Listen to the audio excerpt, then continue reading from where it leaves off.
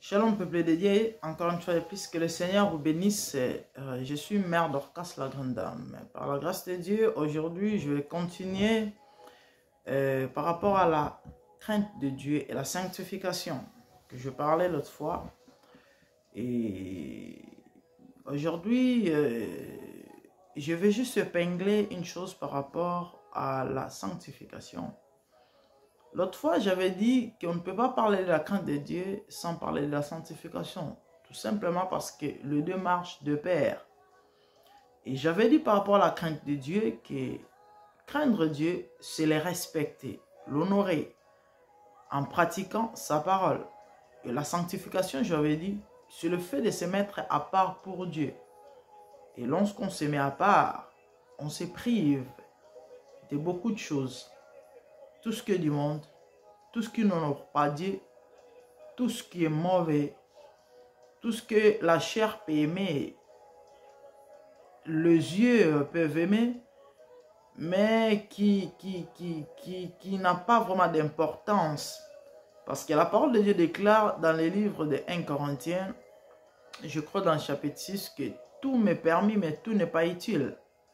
Paul dit, tout m'est permis, mais tout n'édifie pas.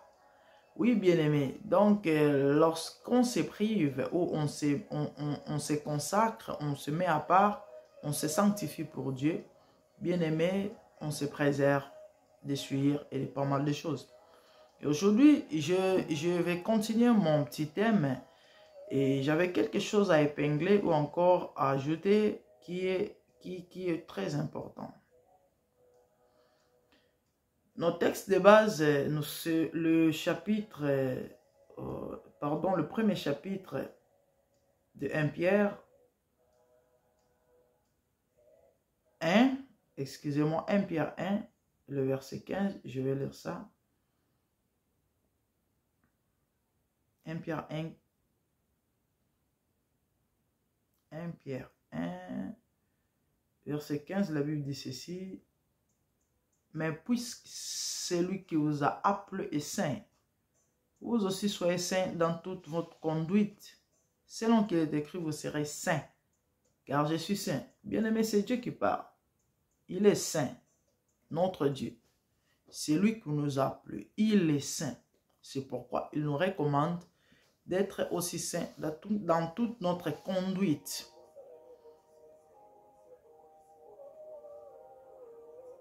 La sainteté, bien-aimé, je disais que j'avais des choses à épingler, ou encore une chose, mais que je subdivise en deux. Bien-aimé, la sainteté a des volets.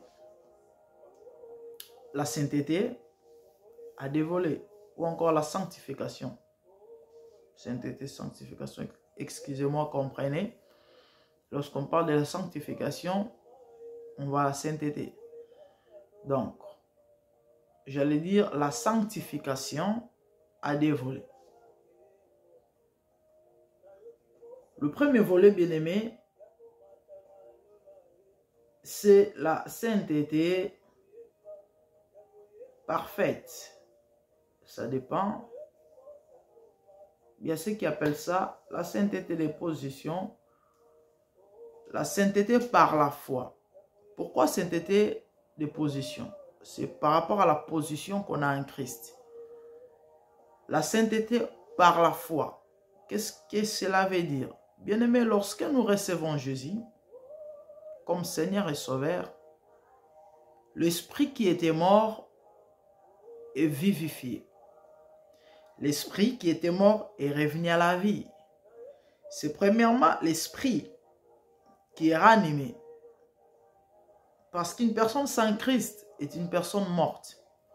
Et lorsque la personne reçoit Jésus, c'est premièrement le Saint-Esprit qui est scellé comme la Bible le dit. Et c'est aussi une position de la sainteté. Et c'est ça, la première opération qui se fait en nous. C'est premièrement dans notre esprit. Ça, c'est le premier volet. Et le deuxième, bien-aimé, c'est la sainteté pratique. Je vais m'expliquer. Bien-aimé, la sainteté de la foi, ou encore par la foi, la sainteté de la position que nous avons en Christ, la sainteté parfaite touche l'esprit. Rien que l'esprit. Là, c'est Dieu.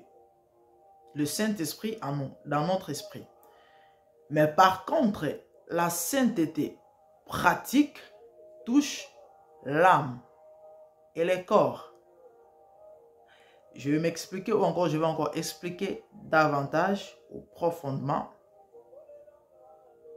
Vous allez constater une personne. Paul dit ceci.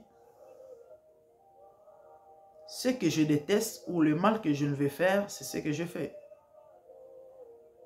Une lutte pour vaincre cette chose. C'est au niveau de son âme.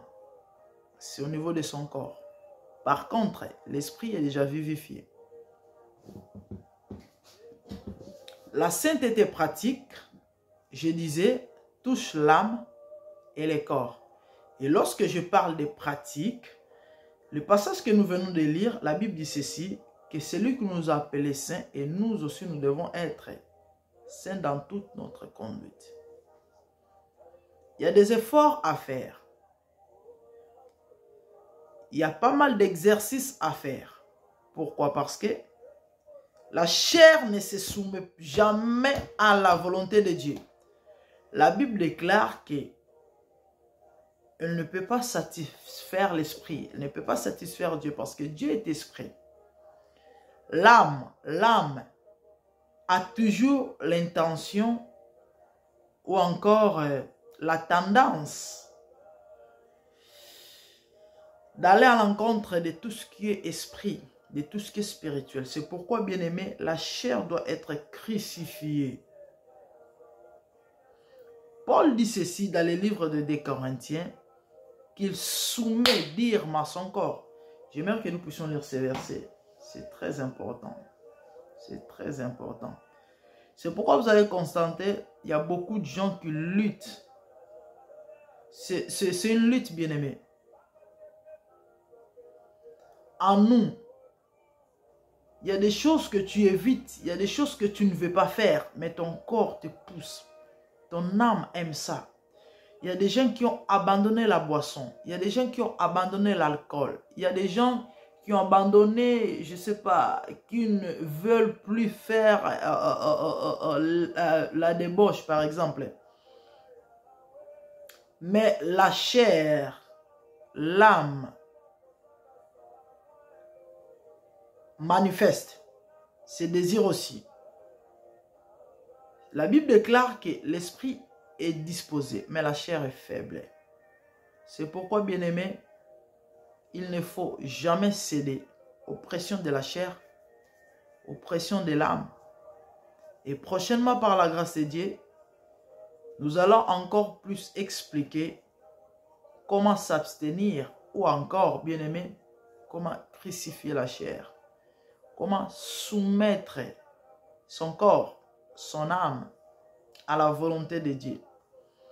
Parce que la chair ne se soumet jamais à la volonté de Dieu ou encore au désir, aux besoins de l'esprit. C'est pourquoi, bien-aimé, tu as tout intérêt de combattre. Parce que c'est un combat, bien-aimé, qui est au niveau de l'esprit. Paul dit, courez de manière à le remporter. Courez de manière à le remporter. Bien-aimé, j'aimerais lire ce texte. Excusez-moi. Je suis dans le livre de 2 Corinthiens.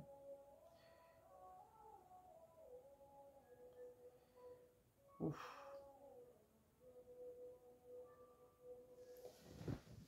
Que le Seigneur soit loué. Bien-aimé, la chair ne se soumet pas à la volonté de Dieu.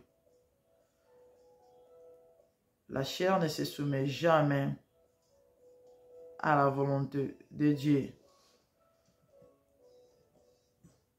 C'est pourquoi, bien-aimé, tu as tout intérêt de lutter, de combattre.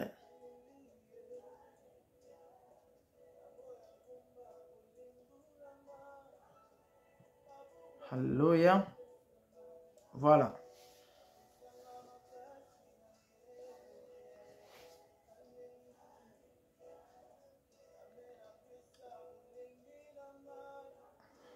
J'ai pris du temps, excusez-moi, supportez-moi.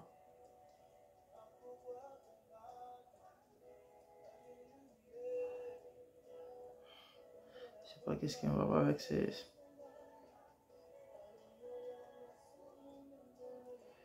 Il y a un problème avec mon truc là. Voilà. Voilà, et de toutes les façons, je vais donner ces versets, même vers la fin. J'essaie de lire ça, mais comme j'utilise la Bible électronique là, il y a un problème avec ce téléphone et je ne vais pas dire des bêtises. Excusez-moi. Donc, bien aimé, je disais que nous ne devons pas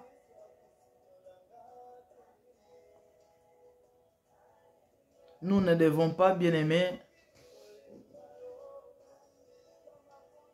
soumettre le corps ou encore permettre à notre corps, à notre âme de nous dominer, mais plutôt nous devons soumettre notre corps, comme Paul dit, que je soumets durement mon corps et je l'assujettis. En fait, il faisait des efforts. Pourquoi? Parce qu'il avait compris que la chair ne veut pas céder, la chair ne veut pas veiller, la chair ne veut pas gêner, la chair ne veut pas faire des sacrifices qu'il faut afin de gagner ce qui est important, afin de gagner ce qui est spirituel, afin de gagner les royaumes. Mais la chair veut seulement, alléluia, je vais lire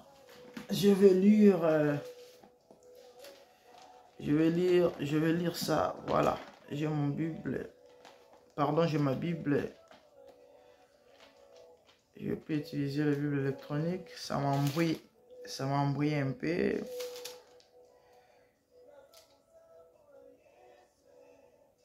Ça m'embrouille un peu.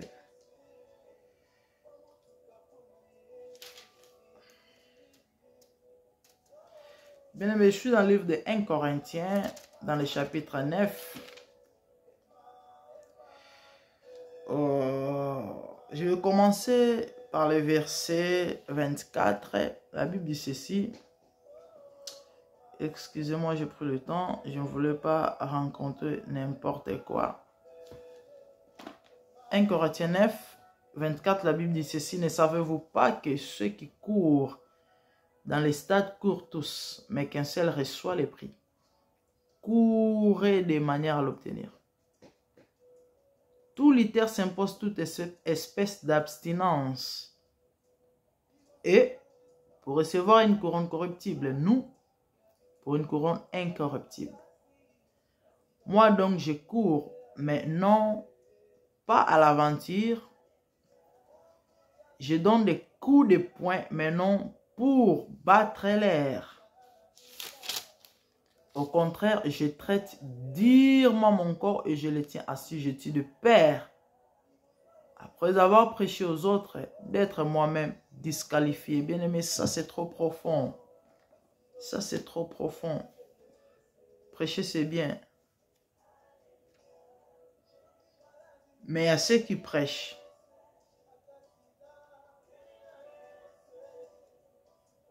au lieu de prêcher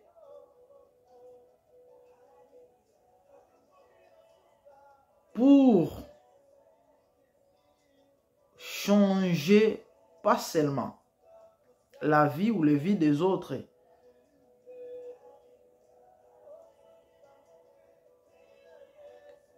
mais en fait, ces versets, excusez-moi, je suis en train de réfléchir ou encore chercher